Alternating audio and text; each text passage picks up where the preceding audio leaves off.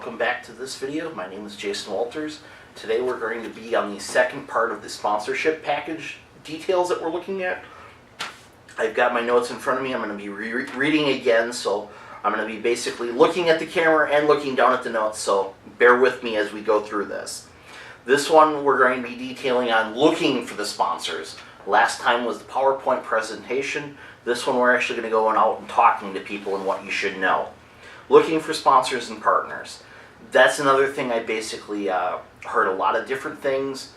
Sponsors are some pretty much this industry standard for, but I've heard a lot of people should be referred to as partners because you are kind of partnering up with them, with the various types of businesses and charities to kind of promote each other. So if nothing else, it's kind of a hard call on what you should call it, because sponsors kind of is overused a little bit. Maybe start referring to your sponsors as partners. It might improve relations a little bit too, but as I said, it's your call for how you want to refer to people. Okay, here's what we're looking for. You're looking for people to basically help you all get on the track. First thing you should be looking at, what companies do you buy stuff from? Those are probably the best places to start going to. Maybe your local parts store. Do you go and frequently buy parts for your race car? Maybe you can talk to them about getting a discount or something, or look at getting parts from them. Places that are close to home, or maybe you basically frequent a restaurant. Maybe you should talk to them about providing an ice chest or something for any event full of food. There's a perfect example of ideas for people to talk to. Okay. When you do go to the business that you want to talk to, figure out who the marketing person is and only talk to marketing. When you got to basically do the research and call them, figure out who basically does marketing and get an appointment with that person. And that's the only person you want to talk to. Nobody else in the company, because anybody else can give you the song and dance, but it's marketing that pretty much decides who and what the advertising dollars are going on. In-house appointments are best, but sometimes you might need to do a phone presentation. For a phone presentation, figure out who you're talking to, set up an appointment for the phone interview, email them your PowerPoint presentation before the meeting, and then basically make sure that they have the PowerPoint presentation for the meeting a couple of days beforehand so they can go through it, understand what they're looking at, so when you are on the phone, you can minimize the time that you need to interrupt them. And then that way you can basically figure out and explain everything, and they know what slide you're going through as you do the presentation. One of the other things is either in-house or in-person, keep the meeting time to about an hour. 45 minutes is pretty much what you should do for a presentation. 15 minutes usually for about a Q&A session. If you need a little bit more than that, feel free, but definitely try to get it done within an hour, because that way it'll look a little bit more professional and you're not wasting both yours and the marketing people's times. Do not discourage questions. Have them ask questions. Find out, do your research on the company too that you're going to. Figure out who they do, what type of advertising they do, what their aim is, and try to do your homework so that way when you present your proposal to them, you can kind of head off a lot of their questions first off, and you can aim at what they're looking to, and you really want to get why they should advertise with you and not somebody else, or even just do free media marketing when they can do it for free on Facebook and YouTube and everything. It doesn't cost them anything. But definitely encourage questions. Have them ask.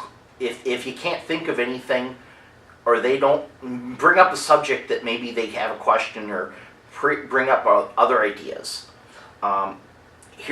Basically when you're looking for things to look at for proposals and going after marketing partners, here's examples. You can either go for the old-fashioned write me a check, or you can also go for maybe discount on parts, or trust me, saving money on parts is always useful. Another example, the one team I talked about early in the last video for running. Examples: One team went through Bennings and they saved over $4,000 in parts for 2 years worth of racing. See if you can get parts at cost, if nothing else, or get things at cost. Doesn't cost them a whole lot. They basically buy it, they pretty much pay a certain price, and see if you can't get a partnership with them to get it at their cost, which would save both of you money. They get something out of it a little bit, you guys get something out of it. Another one, look for sponsors that are in the area of the tracks that you're going to.